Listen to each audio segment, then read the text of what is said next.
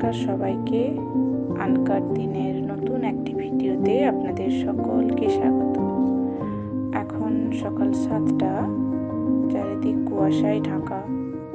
সকাল সকাল রেডি হচ্ছি একটা বিশেষ জায়গায় যাওয়ার উদ্দেশ্যে। আমার হাজব্যান্ডও একটু একটু করে হেল্প করে দিচ্ছে। এখন তো শীতকাল, তাই একটু হালকা করে সেজে নিলাম। এই একটু লিপস্টিক, একটু কাজল, ওই আর কি।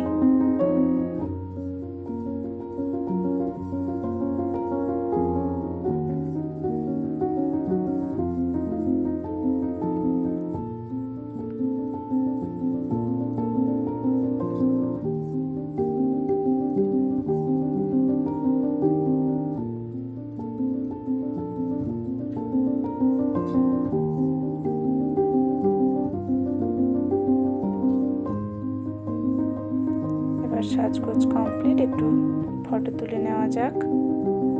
চলুন এবার বেরিয়ে পড়ি। আমরা এখন টোটোতে বেরিয়ে পড়েছি। সূর্যি মামা কুয়াশার ফাঁক দিয়ে উঁকি মারছে।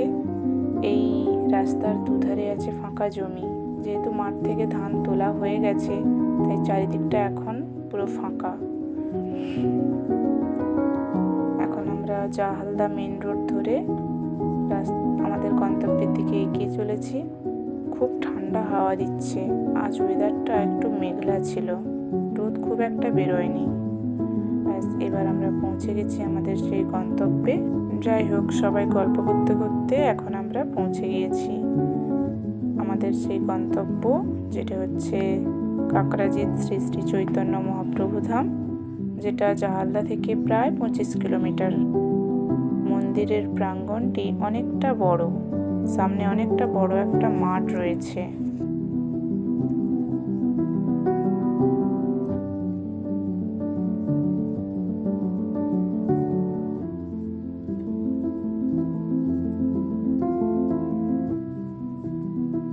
যে মন্দিরের পুকুর এটা, এখানে বোটও রয়েছে, মাঝে মাঝে বোট চলে।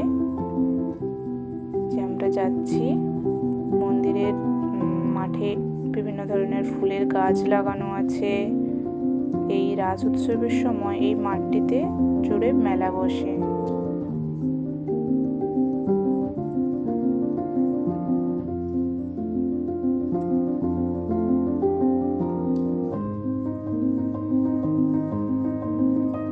এই যে ফুল গাছগুলো তো ভিডিও খুব একটা করা হয়ে ওঠেনি, কিন্তু যতটুকু পেরেছি দেখাচ্ছি। অনেক ফুলের গাছ লাগানো আছে।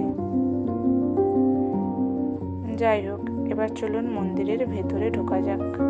মন্দিরের এখনো কিছু কিছু কাজ চলছে, ইনকমপ্লিট এখনো।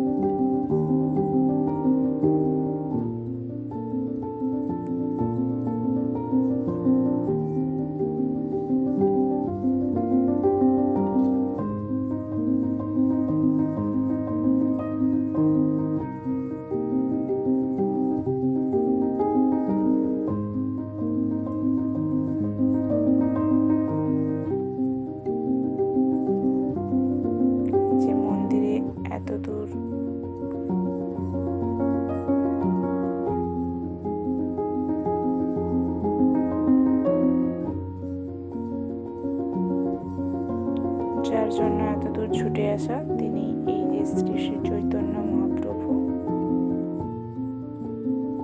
মন্দিরের এই দেওয়ালগুলি দেখুন, কত নিখুঁত হাতের কাজ। এখানে কৃষ্ণের ছোটবেলার বিভিন্ন গল্পকথা, বিভিন্ন কাহিনী এই দেওয়াল চিত্রগুলিতে তুলে ধরা হয়েছে।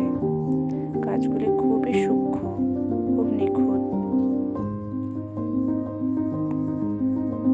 এখানে অন্ন প্রসাদেরও ব্যবস্থা রয়েছে আমাদের এই মন্দিরে।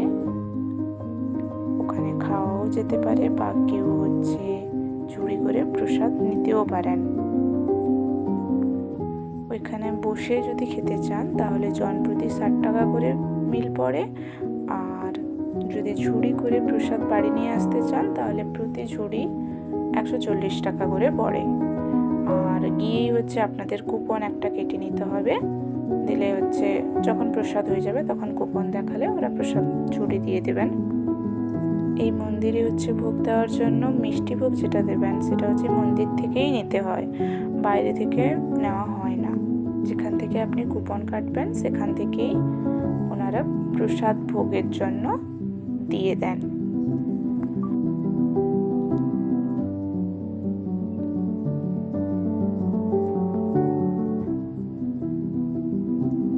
ওই দিনের মন্দিরের ছবি, আমাদের কিছু ছবি শেয়ার করলাম।